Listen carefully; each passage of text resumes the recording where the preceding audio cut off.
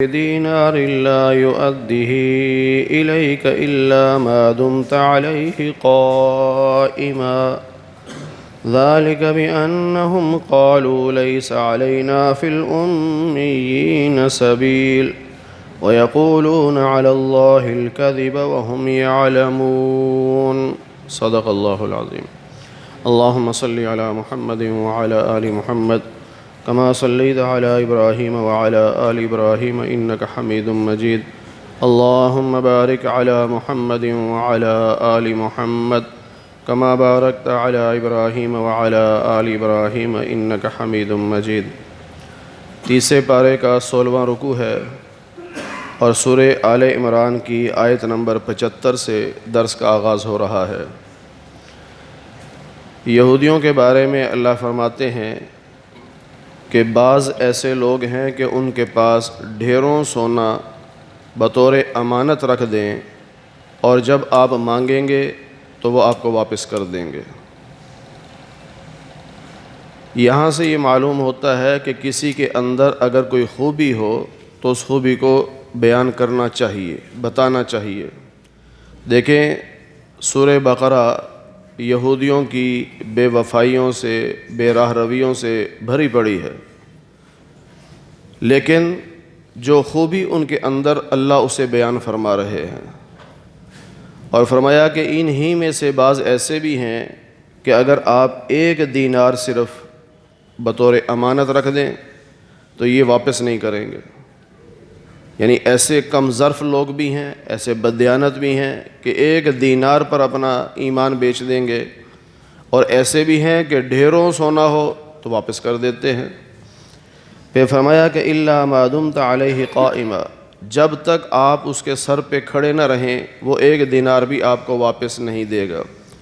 اس سے امام اعظم ابو حنیفہ رحمۃ اللہ علیہ نے یہ مسئلہ نکالا کہ جس سے پیسے لینے ہوں اور اگر وہ نہ دیتا ہو تو اس کے دروازے پہ بیٹھ جاؤ اور اس کے یعنی جس طرح احتجاج ہوتا ہے یا جس طرح اس کا پیچھا کیا جاتا ہے یہ جائز ہے. کوئی بندہ کہے نہیں جی تم گھر بیٹھے رہو بس، اس طرح نہیں. آپ نے اپنا حق لینا ہے، آپ اس آدمی کے گھر جا سکتے ہو اور محلے والوں کو اکٹھا کر کے بتا سکتے ہو، اس میں اجازت ہے. اب یہ جو 1 دینار پر بھی بددیانت ہو جاتے تھے، اس کی وجہ کیا تھی؟ یہودیوں کے ذہنوں میں یہ بات بٹھا دی گئی تھی کہ مکہ والے یہ ان پڑھ لوگ ہیں اور ان پڑھ لوگوں کے مال کو لے لینا، ہضم کر لینا یہ ہمارے لیے جائز ہے. جس طرح ہمارا انگلش طبقہ یہی سمجھتا ہے، پاکستان میں بھی ایسا ہی ہوتا ہے کہ عام آدمی جو اردو خواں ہے اس بیچارے کو نہیں پتہ کہ مجھ سے کہاں سائن کروائے جا رہے ہیں. انگلش میں ساری تحریریں لکھی ہوئی ہیں، 20 25 صفحوں پہ اس پہ دستخط کروا لیتے ہیں. اسے کچھ پتہ نہیں ہوتا کہ میں کس چیز پہ دستخط کر رہا ہوں، اور بعد میں اس کے پیسے کو ہڑپ کر جاتے ہیں، کھا پی جاتے ہیں. تو وہ سمجھتے ہیں کہ جو ان پڑھ ہیں ان کا پیسہ ہمارے لیے حلال ہے.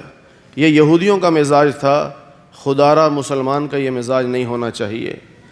مسلمان کو یہ دیکھنا چاہیے کہ کوئی ان پڑھ ہے یا پڑھا لکھا ہے. امانت ہوتی ہے. نبی کریم صلی اللہ علیہ وسلم نے فرمایا لا ایمان لمن لا امانت لہ، جس کے پاس دیانتداری نہیں ہے، امانت داری نہیں، اس کا ایمان ہی کوئی نہیں ہے. پھر آگے فرمایا کہ جو آدمی تقوی اختیار کرے اور وعدہ وفا کرے تو ایسے متقی لوگوں کو اللہ پسند کرتے ہیں. فرمایا ایسے لوگ بھی ہیں یہودیوں میں جو اللہ سے کیے ہوئے وعدے اور جو قسمیں کھائی ہوئی ہوتی ہیں ان کو مفادات کے بدلے میں توڑ دیتے ہیں، ضائع کر دیتے ہیں. تو جو ایسا کریں گے آخرت میں ان کے لیے کوئی حصہ نہیں ہوگا، اللہ ان سے کلام نہیں کرے گا، اللہ ان کی طرف نظر کرم نہیں کرے گا، اللہ انہیں پاک صاف بھی نہیں کرے گا، بلکہ اللہ انہیں دردناک عذاب دے گا. جو وعدہ خلافی کریں، جو قسموں کو توڑ دیں کسی کے ڈر سے یا کسی کے لالچ میں آ کر، تو وہ انجام اپنا یاد رکھیں کہ اللہ آخرت میں کوئی نیکی اس کی کام نہیں آئے گی اور اللہ اس کو کوئی اچھا بدلہ نہیں دے گا، اللہ اس سے بات نہیں کرے گا، اللہ اس کی طرف دیکھے گا بھی نہیں، نظر کرم نہیں کرے گا، اللہ اس کو پاک صاف نہیں کرے گا بلکہ جہنم میں پھینکے گا. فرمایا یہودیوں میں کچھ لوگ ایسے بھی ہیں لفریقا یلوون السنتہم بالکتاب، کہ لوگوں کے سامنے اپنی کتاب تورات یوں کھول کر یوں پڑھتے ہیں اور پڑھتے پڑھتے اپنی زبان کو یوں گھماتے ہیں، یعنی ایسا سٹائل بناتے ہیں کہ لتحسبوہ من الکتاب، بات وہ اپنی کر رہے ہوتے ہیں، سٹائل ایسا بناتے ہیں کہ دیکھنے والا سمجھتا ہے کہ کتاب میں سے پڑھ رہا ہے، یعنی کتاب میں یوں ہی لکھا ہوا ہے۔ وما ہوا من الکتاب، حالانکہ وہ کتاب میں سے نہیں ہوتا۔ پھر وہ یوں کہتے ہیں کہ ہوا من عند اللہ، یہ اللہ کی طرف سے یہ حکم آیا، حالانکہ وما ہوا من عند اللہ، اللہ کی طرف سے ایسا حکم نہیں آتا۔ وَيَقُولُونَ عَلَى اللَّهِ الْكَذِبَ، یہ لوگ اللہ کے بارے میں جھوٹ بولتے ہیں اور جان بوجھ کر جھوٹ بولتے ہیں۔ آج بھی ہر طبقے میں ایسے لوگ ہوتے ہیں جن کو نبی کریم صلی اللہ علیہ وسلم نے علماء سوء قرار دیا ہے، ایسے لوگ آج بھی موجود ہیں۔ لوگوں کو نہیں پتہ ہوتا، وہ قرآن کھول کر بات اپنی کر رہے ہوتے ہیں، لوگوں کو تاثر دیتے جیسے میں قرآن میں سے بتا رہا ہوں۔ کئی لوگ آتے ہیں ہمارے پاس کہ جی وہ فلاں مسئلہ جو قرآن میں لکھا تھا وہ کہاں ہے؟ میں کہ قرآن میں تو نہیں ہے۔ ان کا جی مولوی صاحب نے قرآن کھول کے آیت پڑھ کے بتایا کہ یہ لکھا ہے۔ جی یہ دھوکہ دینا یہ یہودیوں کا کام ہے، مسلمانوں کا نہیں ہے۔ امت مسلمہ کو اللہ نے عروج دیا ہے، اسی وجہ سے دیا ہے کہ یہ دھوکہ دہی نہیں کرتے۔ جب سے امت نے دھوکہ دینا شروع کیا ہے تو امت مسلمہ زوال کا شکار ہو گئی۔ پھر اللہ فرماتے ہیں کہ کوئی انسان ایسا نہیں جس کو اللہ نے کتاب دی ہو، حکمت دی ہو، نبوت دی ہو، یعنی کوئی اللہ کا نبی ہو یا اللہ کا ولی ہو، اور پھر وہ لوگوں سے یوں کہے کونوا عباد لی من دون اللہ، اللہ کو چھوڑو میری عبادت کرو۔ کوئی نبی ایسا نہیں، کوئی ولی ایسا نہیں، کوئی صحابی ایسا نہیں جس نے لوگوں کو یہ کہا کہ میری عبادت کرو۔ تمام نبی اور تمام صحابہ اور تمام ولی سب یہ کہتے ہیں کہ جس رب کو ہم راضی کر رہے ہیں تم بھی اسی کو راضی کرو، جس رب کی ہم عبادت کر رہے ہیں تم بھی اسی کی عبادت کرو۔ تو اس سے پتہ چلا کہ جو اپنی عبادت کروائے، اپنے آپ کو سجدے کروائے، اپنے نام کے نعرے لگوائے، تو سمجھ لو کہ یہ آدمی ان نیک لوگوں میں سے نہیں ہے، یہ 2 نمبر آدمی ہے۔ اب تو سوشل میڈیا نے کام بڑا آسان کر دیا ہے، بہت ساری ویڈیوز دیکھنے میں آتی ہیں کہ پیر صاحب بیٹھے ہیں اور بیچارہ شکل سے ہی پتہ چل جاتا ہے اسے آتا جاتا کچھ نہیں ہے، شاید اسے کلمہ بھی نہ آتا ہو، لیکن پیر بن کے بیٹھا ہے اور لوگ آ رہے ہیں اور اس کے پاؤں میں سجدے کر رہے ہیں۔ یہ جہالت ہے۔ اسلام میں اللہ کے علاوہ کسی کے لیے سجدہ جائز نہیں ہے۔ اللہ فرماتے ہیں کہ وہ تو یوں کہتے ہیں وَلَٰكِن كُونُوا رَبَّانِيِّينَ، رب والے بنو، رب کے سامنے جھکنے والے بنو، رب کی عبادت کرنے والوں بنو۔ وہ تمہیں کتاب بھی سکھاتے ہیں، تمہیں پڑھاتے بھی ہیں، اور وہ یہی سبق پڑھاتے ہیں کہ اللہ کے علاوہ کسی کے لیے عبادت جائز نہیں، نہ کسی کے نام کی منت جائز ہے، نہ کسی کے نام کا سجدہ جائز ہے۔ صحابہ کرام نے بہت زور لگایا، کئی مواقع پر کہا یا رسول اللہ اجازت دیں آپ کو ہم سجدہ کریں، ہمارا جی چاہتا ہے آپ کو سجدہ کریں۔ جانور آپ کو سجدہ کر رہے ہیں، ہم نے دیکھا ہے کہ کافر اپنے بادشاہوں کو سجدہ کرتے ہیں، تو آپ ہمیں بھی اجازت دے دیں۔ تو نبی کریم صلی اللہ علیہ وسلم نے فرمایا اللہ کے علاوہ کسی کے لیے سجدہ جائز نہیں، اگر جائز ہوتا تو میں عورتوں کو حکم دیتا کہ اپنے خامدوں کو سجدہ کریں۔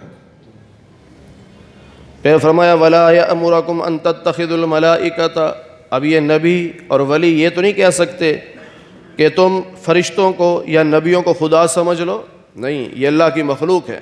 نبی اللہ کی مخلوق، فرشتے اللہ کی مخلوق، جنات اللہ کی مخلوق، تو جب مخلوق ہیں تو پھر مخلوق کے لیے سجدہ جائز نہیں، سجدہ صرف خالق کے لیے جائز ہے۔ فرمایا اَیَأْمُرُكُمْ بِالْكُفْرِ بَعْدَ إِذْ أَنْتُمْ مُسْلِمُونَ، کہ نبی تو آتا ہے مسلمان بنانے کے لیے، کافروں کو مسلمان بناتا ہے۔ جب مسلمان بنا دیا تو کیا اب دوبارہ نبی یہ کہے گا کہ تم کافر ہو جاؤ؟ پہلے لوگوں کو بت پرستی سے ہٹایا، اللہ کی عبادت پہ لگایا، اب جب اللہ کی عبادت پہ لگ گئے تو کیا سمجھتے ہو کہ اب نبی کہے گا میری عبادت کرو؟ تو پھر اسی کفر میں ہی ٹھیک تھے جو پہلے کفر تھا۔ ہرگز ایسا نہیں ہو سکتا۔ عالم ارواح میں اللہ نے 3 وعدے لیے تھے 3 قسم کے لوگوں سے۔ ایک وعدہ تو سب سے لیا تھا، چاہے وہ مسلمان ہے چاہے کافر ہے، اب تمام انسانوں سے۔ اس کا ذکر 9ویں پارے میں ہے، الست بربکم، کیا میں تمہارا رب نہیں؟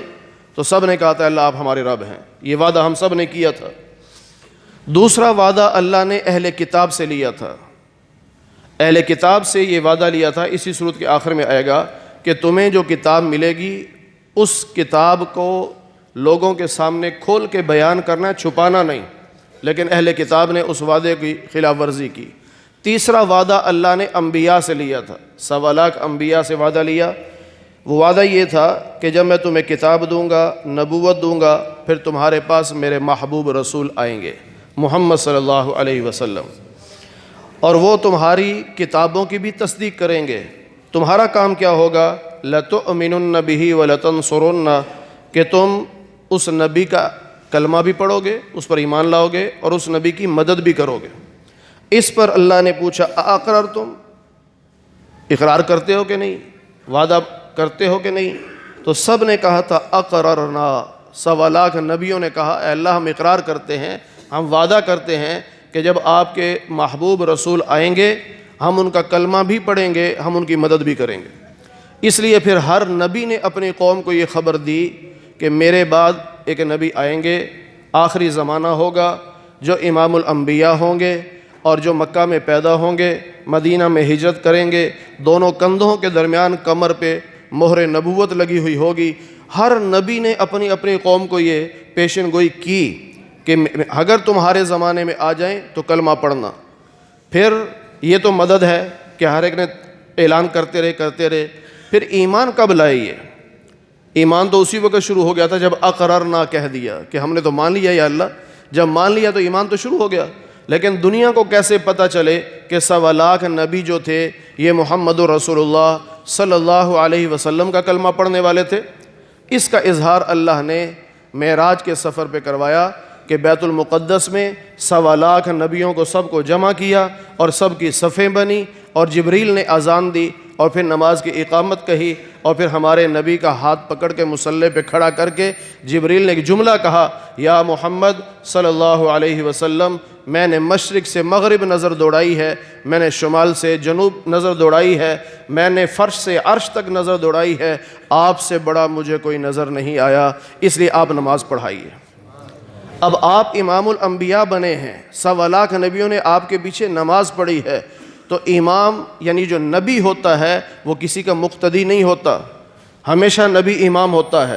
تو 1.25 لاکھ نبیوں نے جب ہمارے نبی کے پیچھے نماز پڑھ کر دنیا کو بتا دیا ہمارے امام بھی یہ ہیں، ہم ان کے مقتدی ہیں، ہمارے نبی بھی یہ ہیں، ہم ان کے امتی ہیں۔ پھر اللہ نے فرمایا اب جو وعدے سے پھر جائے گا بڑا نافرمان ہوگا، تو کیا تم دین اسلام کو چھوڑ کر کوئی اور دین پسند کرتے ہو؟ حالانکہ ہر مخلوق آسمانوں اور زمینوں کی وہ اللہ کی فرما بردار ہے، چاہے وہ جبراً فرما برداری کریں، چاہے وہ خوشی سے کریں، اور یاد رکھو سب نے لوٹ کر اللہ کی طرف جانا ہے۔ اللہ تعالی ہمیں قرآن کریم کی صحیح سمجھ نصیب فرمائے۔